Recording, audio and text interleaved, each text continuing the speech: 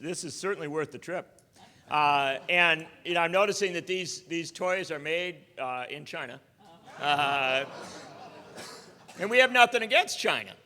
I mean, that's not. I hope Chinese workers are well compensated. But I do want you to understand. It's okay, brother. It looks good enough. I want you to understand that toys like this used to be made in America. They used to be made in Massachusetts at a lot of little factories, mostly by wonderful Italian Americans, immigrant workers, not all Italians, Portuguese and others. And I used to work for their union. They had the coolest union, Local 21, coolest union today, without a doubt, no doubt. But in their day, they had the coolest union name ever. It was Playthings, Jewelry, and Novelty Workers.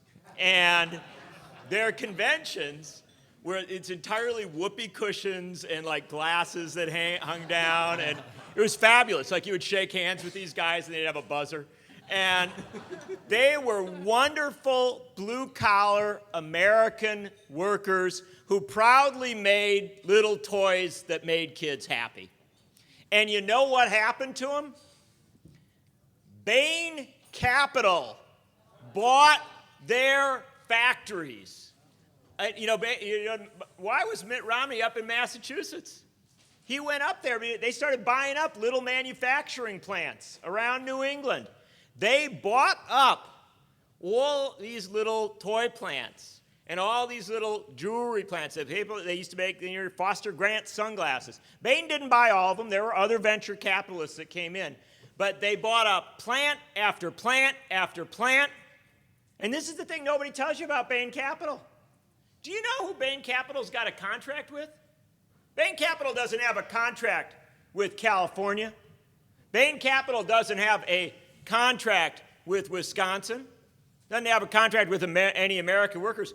Bain Capital has a contract with a Chinese province to industrialize that province. And so when they buy an American company up, they're not buying that company up to save it. They're buying it up to gut it and to ship those jobs overseas. These toys would be made in America if you didn't have companies like Bain Capital and politicians like Mitt Romney.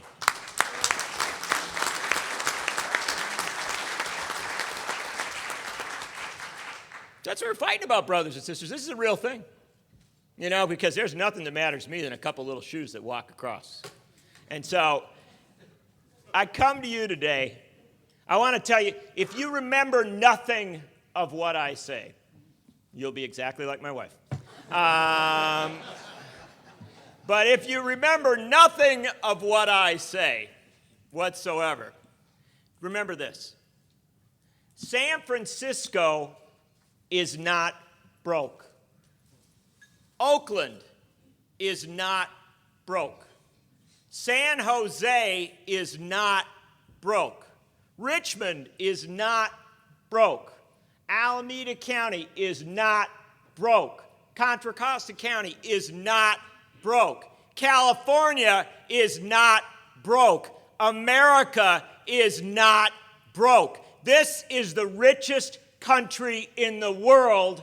We have massive resources. We are not broke. What we've got is a broken politics that redistributes the wealth upwards rather than putting the wealth where it belongs with working people in this country.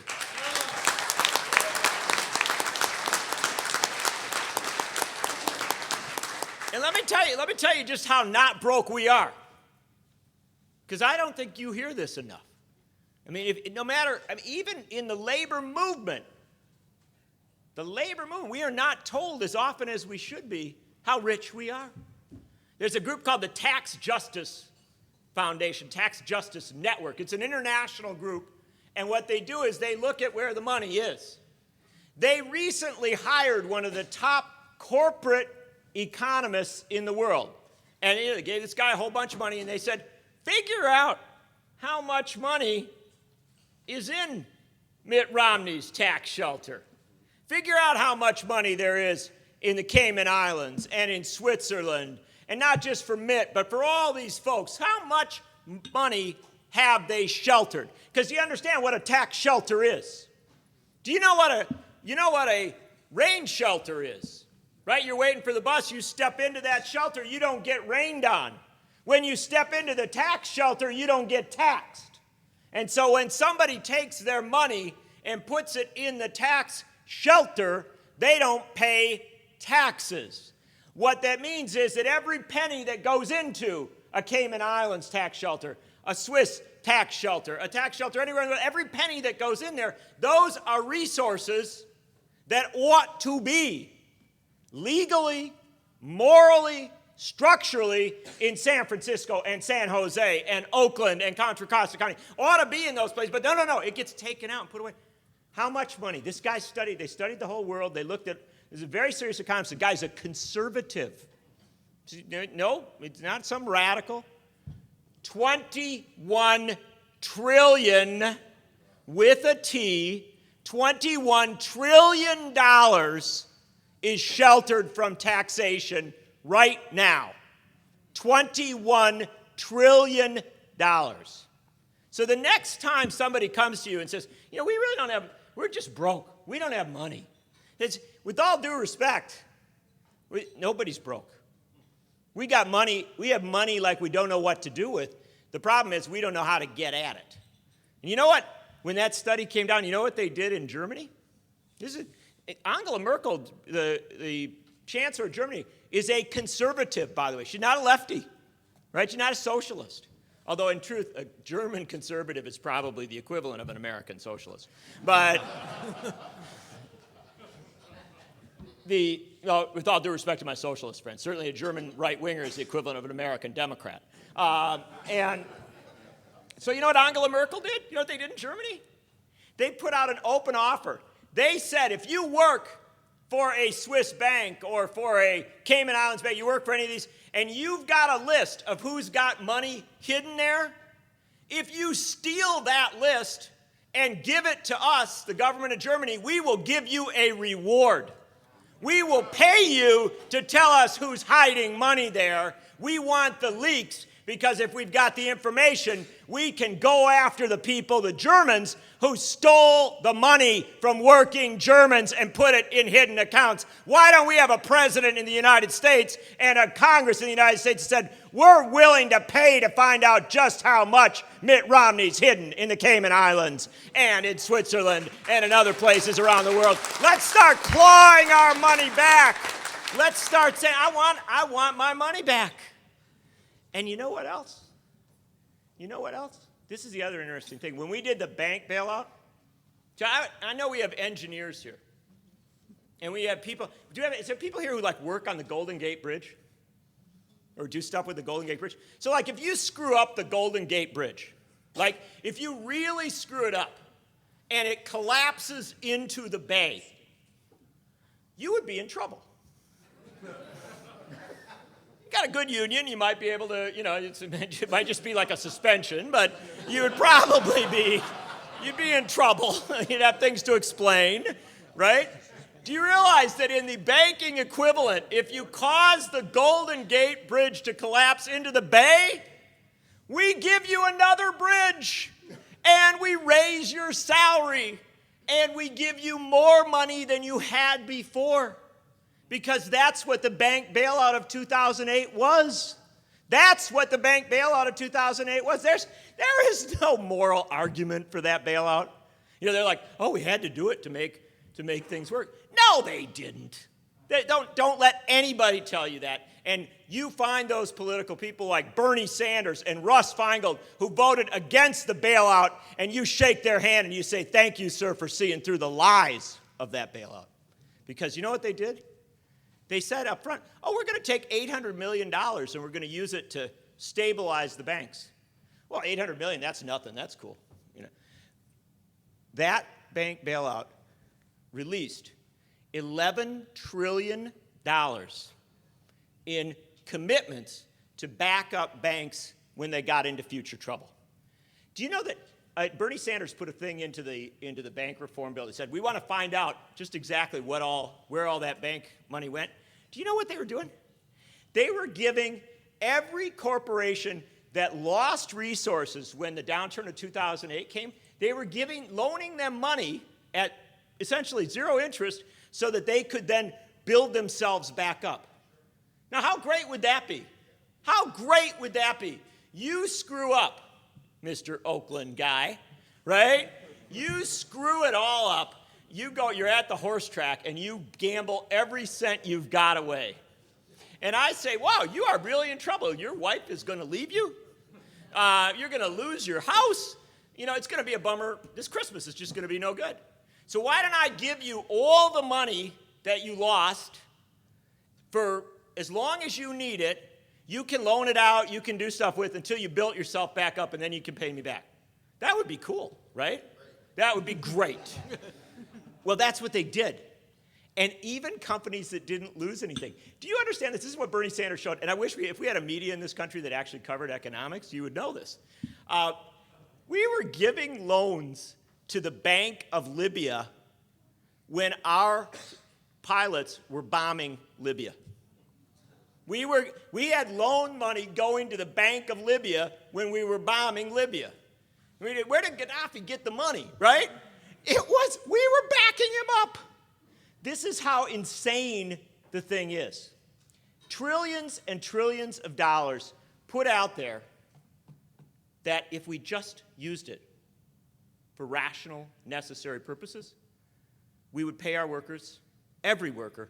Nobody would ever get a minimum wage in this country because there's nothing more immoral than the concept of a minimum wage, right? Minimum wage in this country is poverty. No, we would have a living wage in America. Everyone would be guaranteed a living wage because that's what a moral country does. You don't have a minimum wage, you have a living wage.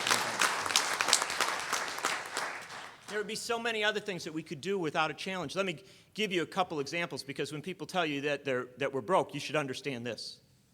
You understand, well, we're so broke we're going to have to take away Social Security. Right? Paul Ryan.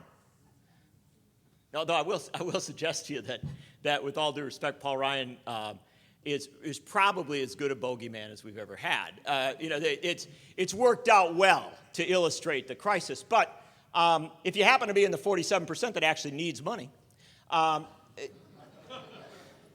they want to take away They want to take away Social Security, Medicare, Medicaid. Do you understand? How do we fix Social Security? How would we possibly? Geez, I don't know. What would we do to fix Social Security? I've got an idea. Why don't we make everybody pay the same percentage into Social Security that a working person has to pay?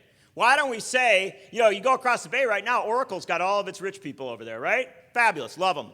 Great, I'm glad they're in town. Why don't the executives of Oracle have to pay the same percentage of their income into Social Security as you do? If they did, Social Security would be fully funded throughout the future of the republic. There would never be a Social Security problem in this country. So we have a simple fix there. Just have everybody pay the same rate in. Easy. Want to do Medicare and Medicaid? That's easy as well. Do you want to know how you make Medicare and Medicaid work now? You take those programs, you take the Veterans Administration, you take all the other health care programs that we've got, you combine them into a Medicare for all single-payer system, and we cut our medical costs in half and ensure that everybody has access to care. You say, well, Mr. Nichols, those are unrealistic thoughts, right? How could you possibly do that? Well, you know that virtually every other functional country in the world does. We're the outlier on this thing. And you say, well, yeah, but still, I'm a little worried about the money thing. Where are we going to find our resources? It's a little thought. You say, this woman sitting over here, I love her, by the way. She's sitting over, she's typing away going, tax the rich. Make them pay their taxes. I love that. But you know what? We don't even have to tax the rich as much as I would like to tax them. All we have to do is put a financial transactions tax on every transaction that is done. Now, I'm not talking about your grandma selling her AT&T stock. I'm talking about when big traders move money back and forth, because that's where our economy is today. Our economy used to be building things. We used to have factories. Do you know what happens if the longshoremen in San Francisco go on strike? 30 years ago, when they went on strike, you know what the news reports would say? Goods were piling up in the docks. All this American goods that were leaving the country. You know what they say now? Ships we're stuck out in the ocean with all the goods coming in. That's the reality. That's what's happened in 30 years. We've reversed from the docks to the ships. And so we don't manufacture as much as we used to. I wish we did a lot more. We need to reindustrialize, but let us understand that what we do in this country is move paper. We move commodities, stocks, bonds. We don't tax it the way that we do production in this country. If we simply taxed those transfers of paper back and forth with a micro tax, Congressman Keith Ellison of Minnesota last week introduced a financial transactions tax proposal. Micro tax, so small it wouldn't even be noted. It's just in the computer programs as they move it, raises $500 billion a year. $500 million a year, and they wouldn't even notice it. That's what you need to understand. We're not broke. We're not broke, but we have broken politics. And why do we have broken politics? It's pretty simple to answer. When the trade union movement in this country was at its strongest point in the 1950s, we taxed wealthy people at 90% of their income. And you know what happened? We still had rich people who lived in houses up on the hill, and you know what they did? They invested because they didn't want to be taxed. And so they actually built things and made things. And then we had, and I blame Californians for this, this crazy Reagan idea of trickle-down economics. If we stop taxing them, then they'll put it in. No, we already proved if you do tax them, they invest. If you don't tax them, they move the money overseas. And so we know how to fix these things. What we don't know is how to have a politics that makes it work. And that's the main thing I'm going to talk to you about today. I'm not going to take too much time because I do want to take some questions from folks. But I want to emphasize that the history of the last 20 years, 30 years in this country has been diminishing and downsizing the power of labor to put logical solutions into the mix. So labor, I don't want to defend organized labor. I don't want to protect organized labor. I don't want to make sure that organized labor can maintain its position, because that doesn't work for America. Organized labor has to be on the march politically, advancing new ideas and fighting to make things happen, not just trying to keep what it's got. But when you beat the hell out of labor for 30 years, it's got to go to a defensive position. And that's the history of what's going on right now. We have great ideas that would solve our problems, but they're not on the table because unions are forced to defend their pay, their wages, their benefits, fighting in San Jose for your pensions. I mean, you can't go out and solve all the problems of the world because you got to solve your own problems. I understand that. But you have to also understand what the fights are about. Right now, in this country, we have restructured our campaign finance system so that billionaires can spend whatever they want. Right? They can just free reign. Millionaires can spend whatever they want, not as much as a billionaire, but they can aspire. And corporations can spend whatever they want. They can just open up the corporate treasury and put it into our politics. And so we've restructured it. And do you understand how bad that system is? Forget about the corruption and the immorality and the unfairness, the inequality. Do you understand how bad it is? They took a functional incompetent named Mitt Romney and they bought him the nominee of a major political party in this country. That's insane. Republicans desperately did not want Mitt Romney to be their nominee. They seriously considered Herman Cain and Michelle Bachmann and Newt Gingrich. They thought, okay, we know that Newt Gingrich is like the most hypocritical, awful person in the history of the planet. We know that when he was divorcing his wife, she had cancer. He went to the room and said, look, I know you're dying, but I got to leave you. We know these are awful, awful people, right? But it's better than Mitt Romney. And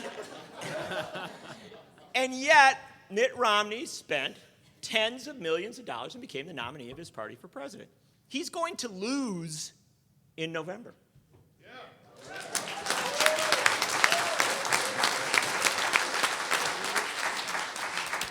But I say to my Republican friends, if you didn't have this horrible campaign finance system, you might have a chance.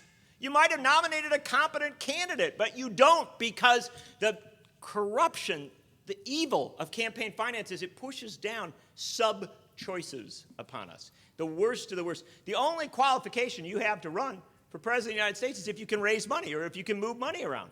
That is not a qualification to rule the most powerful country in the world. And so the system is very screwed up. And yet, as screwed up as it is, that's not enough. They can't even win when they have more money. In fact, they can't even win when they have more money than the good Lord. Look at what happened to Ms. Whitman in California. Here you got a woman who's outspending you 19-1, and she still can't win. And so what do you do in a situation like that? If you're outspending 19-1, go after the one. Go after the $1 that can beat your $19. If you're outspending them 10-1, go after the one that can beat your 10. And that's what's going on across America right now. We have the most militant effort in the history of the Republic to shut down the ability of the trade union movement to get its $1 together and beat their $19. That is the history of the last several years in this country. And if we're going to fight a fight, let us fight the fight to keep our voice in the politics of this country so that we can push them back and beat them in election after election. That's got to be what we're fighting for. In my home state of Wisconsin, they came for us. They came for the trade union movement, and the governor got rid of collective bargaining. Why did he get rid of collective bargaining? Well, we have one of the smallest numbers of public sector workers of any state in the North. We are not a heavily employed state. We don't have overly highly paid public employees. They get a decent compensation, but we're not that expensive a place to live. It's not San Francisco. And so why were they going after the unions? Why were they taking away collective bargaining rights? Very simple answer.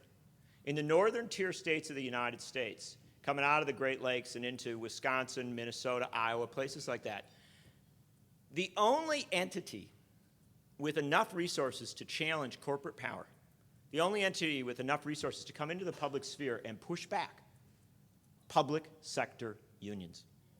And public sector unions, you say, oh, well, they're just taking care of themselves. Well, I hope so.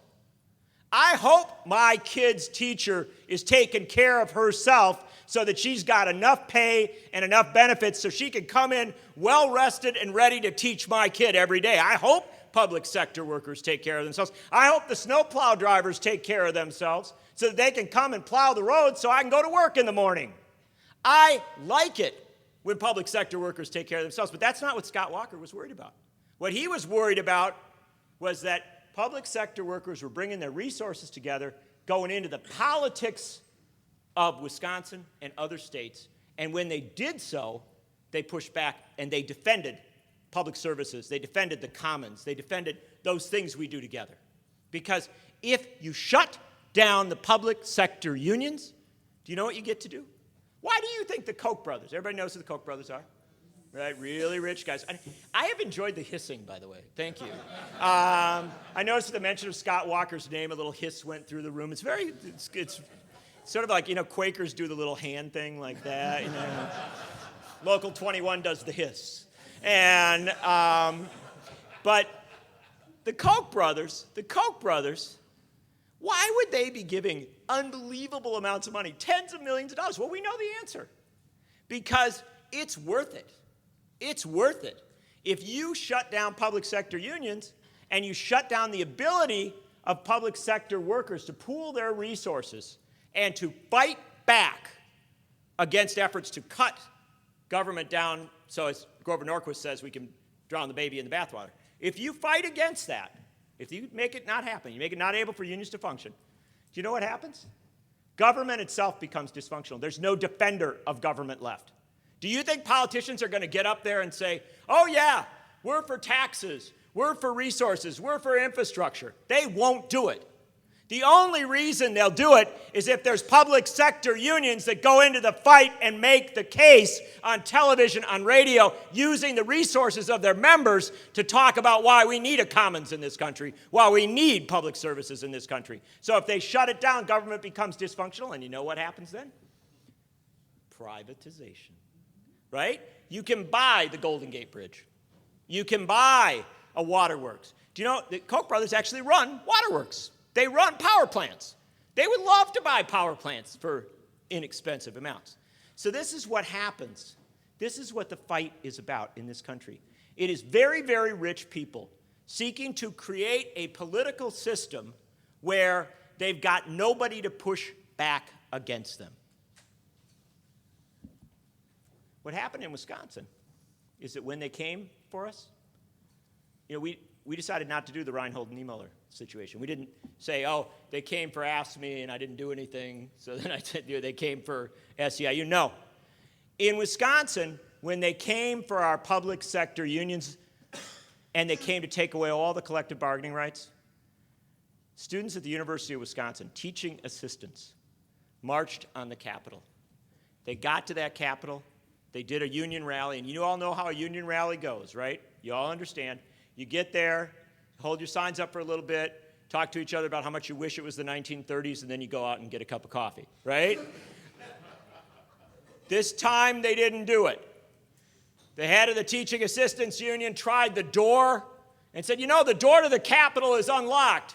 Why don't we go in and occupy the Capitol and tell the governor what we think of his plan?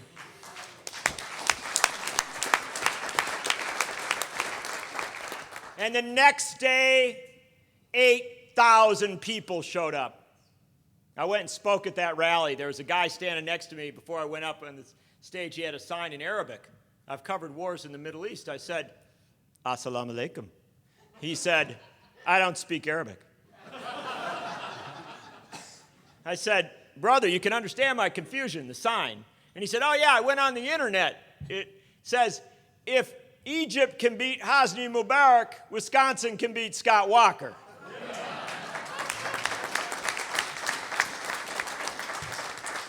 It was cold in Wisconsin. It was very, very cold. People walked around with their signs. There's one guy walking in front of me one day, had a sign that said, I thought Cairo would be warmer. But they came. They came. And it was union members first, but then it was small business owners. Do you know that at a certain point, the Capitol was occupied. There was roughly 8,000 people, 5,000 to 8,000 people sleeping in the Capitol every night. Every step covered, the entire Capitol. You've seen those pictures. But you know how they survived? They had every pizza place in town was running pizzas up to the Capitol and giving them away for free. Coffee shops were coming, bringing their coffee up and giving it away for free. Why? Because they're in a capital city. They want public employees to be paid well so that they can come out and buy pizzas and coffee the next day. It makes sense, right? It's the demand side, not the supply side. So this is an incredible thing. So 8,000 people show up. I'm at this rally, this wonderful situation. And then I thought, it can't get better than this. I haven't seen 8,000 people come up for public employees. And the next day, 20,000 came. The next day, 40,000. By Friday, the Reverend Jesse Jackson was standing on the steps of our Capitol looking out over the crowd, and he said, this isn't a labor moment anymore. This is a King moment. This is a Gandhi moment. This is a social justice moment. Tens of thousands of people are rising up to push back. And it wasn't just tens of thousands. Our last rally, done after we lost, right? And this concept is, the New York Times said we lost. Because the governor broke the bill apart and he signed it. And so I went down, and it's an interesting thing. Told we had been defeated. I thought, okay, well, it's a bummer. It had been great to have all these people out in this movement. But some of my farmer friends were coming in, and farm doesn't get the New York Times till a couple days later, so they hadn't been informed that we had been defeated. So my farmer friends are down there. I took my daughter along, and we got on the tractors. We started rolling toward the Capitol. It's about 4 miles in. I don't know, you guys are sophisticated Californians, so you're not aware. Tractors move rather slowly. It took us about a half hour to get to the first corner where there were kids who had a little sign that said, thank you, farmers. I thought, this is a bummer, because somebody forgot to tell the kids, too, that we had been defeated. And as we're rolling along, suddenly, police cars show up. And I'm like, oh, damn, I'm in so much trouble with my wife because I'm going to get arrested at a farmer rally. And no, I forgot. We were in Madison, Wisconsin. The police were supporters of the struggle because police officers and sheriff's deputies are blue-collar trade unionists, and they weren't coming to arrest us. They were coming to block traffic so we could head toward the Capitol. But then the SUVs came up. And they were, I thought, oh, we're doomed now because SUVs don't like tractors. SUV move fast, tractor move slow, and so I suddenly saw the window going down and I saw an arm coming out of the window. And I said to my daughter, shield your eyes from the one-fingered signal of disapproval for the trade union movement. But no, it wasn't that. It was a clenched fist of solidarity, and the people in the SUVs were coming to slow down and help us to get up through that traffic. And we're not smart in Wisconsin. But after 3 weeks of struggle, we had learned how to honk, "This is what democracy looks like" on our phones and on our horns for our cars. And so they were going along going beep, beep, beep, beep, beep, beep, beep, beep, beep. And we're rolling along, and the snow is coming down, and the tractors are there, and the cops are there, and the SUVs are there. And I said, this is the most beautiful moment of my life and the most depressing day of my life because we've been defeated. We have lost. There's no hope. New York Times says we've been defeated. And we popped the curb into that great square around the Capitol in Madison on March 12th of last year. And the snow coming down, the horns, the clenched fists in the air, defeat, sadness, sorrow. And I looked up, and there was 180,000 people that do not read the New York Times. And that did not accept when somebody told us we were beaten. And you know what happened in Wisconsin? You don't see this in so much of our media, but in a series of recall elections, we did not take our governor out. I wish we had. I wish we were as capable as Californians of recalling, but it doesn't always turn out well. But we recalled the leadership of our state Senate, and we are the only state in the country that has taken away Republican control of our legislature and given it to the Democrats. We've prevented our governor from legislating.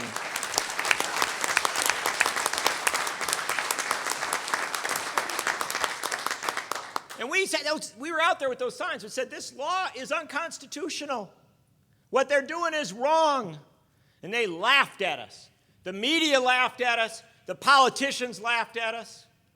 But last week, a judge in Wisconsin ruled that Scott Walker's law is unconstitutional. We held the line, and our unions are in negotiations now on contracts to protect their workers, not because of politicians, not because of all the stuff we see reported in the news, but because working class people showed solidarity against a fight against their rights and against the public sector. That's why we're winning in Wisconsin, and that's why I've come to California. Because our fight, we're going to win Wisconsin. We're going to take care of it. It's going to be hard. It's one of the most brutal battles you've ever seen. We won Ohio already. They put labor rights on the ballot. Said, you want public sector workers to have a right to organize, right to collective bargaining? And of course, everybody hates public sector. There's nothing you hate more than a teacher, right? Except maybe a cop, okay? And so everybody hates the public sector. No, let's just be clear. I don't think any of us wants a firefighter to be well compensated. So we know full well that, of course, an effort to protect the collective bargaining rights of public sector workers would be in bad shape. No, we put it on the ballot in Ohio. 61% of Ohioans voted for labor rights. 82 of 88 counties. John Boehner's home district voted to protect the rights of workers to organize.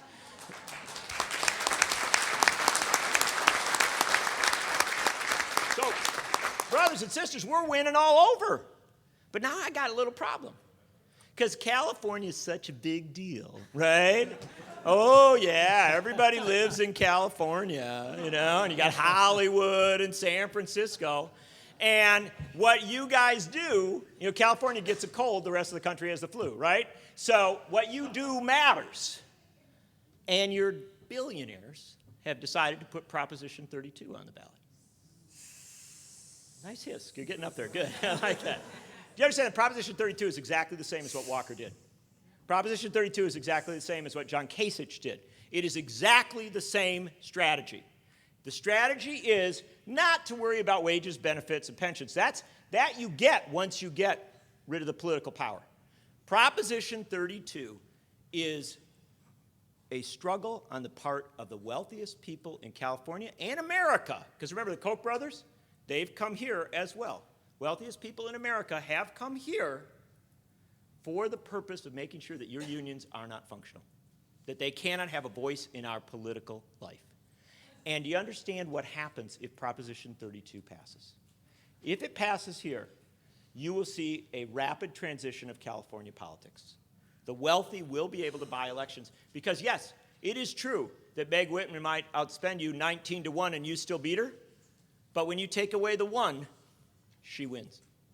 When you shut down the unions as a political voice, they win. And it doesn't even matter whether they win as Republicans or Democrats, because if the money is there and the unions are not a voice in our politics, then even Democrats will begin to reflect what the money says. And so in very rapid order, California changes, but so does America. This model legislation from California will become the model across the country. And so you're not in a fight for yourselves on Proposition 32. I wish you were, and I want you to protect yourselves. You are in a fight for the future of the Republic. This country cannot survive without strong and functional unions. And your fight on Proposition 32 is exactly the same as the fight in Wisconsin, the fight in Ohio. Don't lose sight of this. Don't lose sight of this. You must win. You must win. Not for yourselves, but if you fail on Proposition 32, we will see a massive assault on the public sector. And that massive assault, there's a wonderful poster in Wisconsin. It summed up everything we fought about there. It had a little girl, and she was holding up her lunch tray from school. And she was looking up and she said, "Mama, the governor says the rich man needs my lunch money." That's what we're fighting about. We are fighting about a redistribution of the wealth upward, where they would take a child's lunch money, where they would take food stamp money and move it up the ladder to the wealthiest people in America, and where they would privatize our basic services so that they can make a few more dollars. That's what Proposition 32 is about. It is not about campaign contributions. It is not about politics. It is not about unions. It is not about billionaires. It is about a basic, fundamental question of a humane society. Will you have some group of people who can pool their resources and come into the political fight and say, no. We aren't going to give away everything that we've fought for and built. We are going to make a civil society. We're going to make sure that that child has her lunch money. We're going to make sure that the police officer and the firefighter has the resources to do their job. We're going to make sure that architects and engineers and public employees across all of the different sectors are well compensated, that they have decent pay, decent benefits, decent pensions, because that is part of the infrastructure of a civil society. And so, brothers and sisters, I will tell you this. It's a simple message. Simple message. Mitt Romney is going to get beaten on November 6th. He is going to lose, partially because he's just fundamentally incompetent as a human being. But if Mitt Romney loses and Proposition 32 wins, we've suffered a worse setback than the reverse. Because if Proposition 32 wins in California, you will send a wave across this country that will swamp the public sector and that will ultimately deconstruct everything that is good and functional about America. And so I don't want to put any pressure on you. But I come from Wisconsin, where we have fought great battles and put hundreds of thousands of people in the street, and where we have held the line for 18 months against the austerity agenda and the cuts, and we are winning in Wisconsin, but we need you to win in California. You must defeat Proposition 32. It is the ultimate act of solidarity, not just for yourselves, but for workers and for citizens across this republic. Solidarity, brothers and sisters. I stand with you, and I want you to win.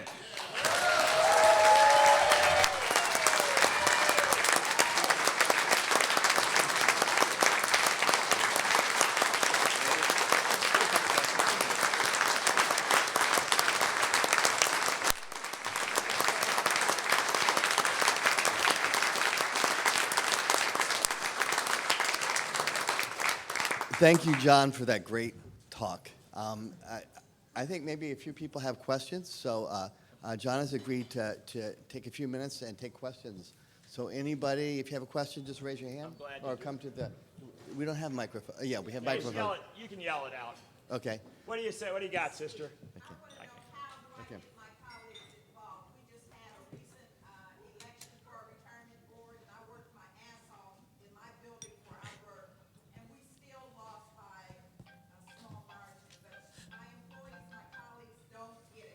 Oh, I know. I know. It's hard. Believe me. Do you want to know the funny thing about it? When Scott Walker was running for governor of Wisconsin in 2010, in the exit polls, 37% of union households voted for him. That would be the equivalent of 37% of beef cattle voting for McDonald's. And, you know, it's a bad move, but we got a big problem. And, you know, I think that the great challenge that we have, it's not your hard work.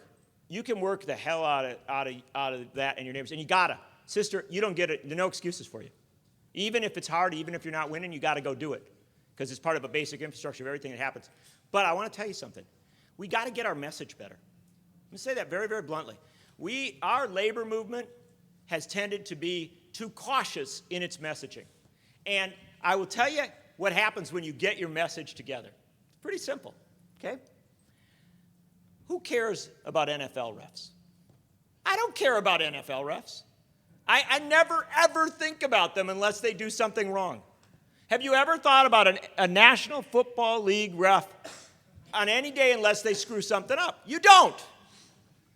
NFL refs got themselves into a little bit of a battle with it. They got locked out. And no one cared. No one cared until they screwed up the Packers-Seahawks game. And when they screwed that game up, suddenly right-wing conservatives are saying, bring the union refs back. Well, do you understand? Messaging is about getting people to understand, and this includes your own members as well as everybody else, what's fundamentally at stake. We don't talk about it the way we should too often. I never, ever talk about teacher pay, teacher benefits, teacher wages, something like that. I don't talk about that. I wouldn't do it talking about you guys either. Here, when we're in the room, we could talk about your benefit package and what we're fighting for. But when you're out in the fight, even with your own friends and neighbors, what you have to talk about is what's at stake. And I cannot emphasize to you, what is at stake is not the ability of unions to have a voice in our politics. Who cares if unions have a voice in our politics? Nobody does. You're not going to get ordinary people to care about that. What is at stake is that unions are the only folks that will go out and stand up to make sure that kids have the lunch money that they need, to make sure that our basic services are delivered, to make sure that we are safe in our communities. So your messaging has to be that broader message. And they've got to give you that for when you go and talk to people. So I know it's hard. And you're going to run into people that don't do the job. But you don't have a choice. You got to go do it. But your leadership, the unions, have to get their act together. And the good news is, the fights of these last few years, I'm starting to see unions do a tremendously better job. And I love what I'm seeing. I love what I'm seeing messaging-wise on Prop 32. It looks good. And if you look at the polling, it's starting to move the right direction. Problem? They got all the money in the world. And you know what the biggest problem for you here in California is? This is the biggest problem for you in California. Mitt Romney is such a lousy candidate that the wealthy folks that have thought they were going to spend all their money electing Mitt Romney are going to realize sometime in October that it's a waste of money. And then they're going to look around and say, where should we spend our money? And they may double and triple up on what they send into California. I understand that. So our fight is not, even though things look to be going well on 32, I want you out there on November 6th at 5:30 in the afternoon, knocking on that door and dragging that last person out, because we got to win this one. And I think they're going to give you the messaging for it, but it's still going to be a hell of a battle. And I thank you from the bottom of my heart for going and talking to those other folks. Thank you. Got another question here? I'm not going to make you ask questions, brothers and sisters, but I will take them. Okay, brother. So one of the things that you talked about was how the New York Times declared defeat, and yet the people knew they weren't defeated. And actually, in the Chicago teacher strike, Oh, yeah. the New York Times was lambasting the greedy teachers again. And so how do you get your own media going so that the working class is not dependent on elite media to tell them when they're winning and losing? That's a terrific question, and it's an area I've worked in a lot. Let me tell you, I'm not going to go into a long explanation for it. We wrote a book on it called The Death and Life of American Journalism. Go buy it. It makes a fine holiday gift. But let me tell you the simplest thing. We already have it. It's there. What we need to do is support it. When we got in the fight in Wisconsin, in fact, I wrote a chapter in my book about Wisconsin. When we got in the fight in Wisconsin, Amy Goodman showed up that first week. She broadcast live on Democracy Now! From inside the Capitol with people who were occupying it. And that Amy Goodman's now on hundreds of stations across this country. We don't respect her enough because she's actually out doing it. But you know what else? Ed Schultz from MSNBC came out, set up a stage across from the Capitol, and broadcast live for 3 days. And let me tell you something, that was transformational. So we have the beginnings of an infrastructure there, and we've got other things. But I want to tell you this. I'm done with union publications that just talk to union members. I want union publications that inform union members. They got to have the information they need, but I want them to start to talk to the whole community, because our newspapers and our radio stations and our commercial television stations don't do the job of informing the people. And so, yes, we've got to start to create our own media, but we don't have to recreate everything they've done, because, brothers and sisters, the future's right in here. We can do things digitally that we couldn't even imagine. You don't have to do everything they do, but you do have to do something, and we all have to become media savvy. Let me take a quick one from this lovely lady. Yeah, I just wanted to know, I really like the imagery of the little girl and her lunch tray and everything, and if there's some kind of an even shorter, like, catchphrase or something that we can let people know what they're going to lose. Yeah. That doesn't necessarily have directly to do with the unions, but like public works, different things. Do you have any suggestions on how to boil it down to I have a quick one. And I actually, bizarrely enough, I love being with you. I would stay here all day. At some point, I got to go grab a plane. I'm not actually physically going to grab it, but there's a wonderful thing that happened. I think we should be, and I don't know how to say this in the right way, but I think we should be a lot meaner. And, in Wisconsin, we were doing all these protests, and they were great, and it felt really, really good. But you could tell nothing really was coming out of it, right? It wasn't quite gelling. And then California Nurses Association came in with a bunch of organizers, and they came in with a very simple message. Don't blame the workers, blame Wall Street. I think this is a really big deal. We need to deflect blame from us onto the people that actually have the money. And we spend too much time defending us and saying, well, we're not that bad. We'll give you a furlough day. We'll give you concessions. We're cooperative, right? They don't care. That means nothing to them because they're told so often that it's the workers that are the fault.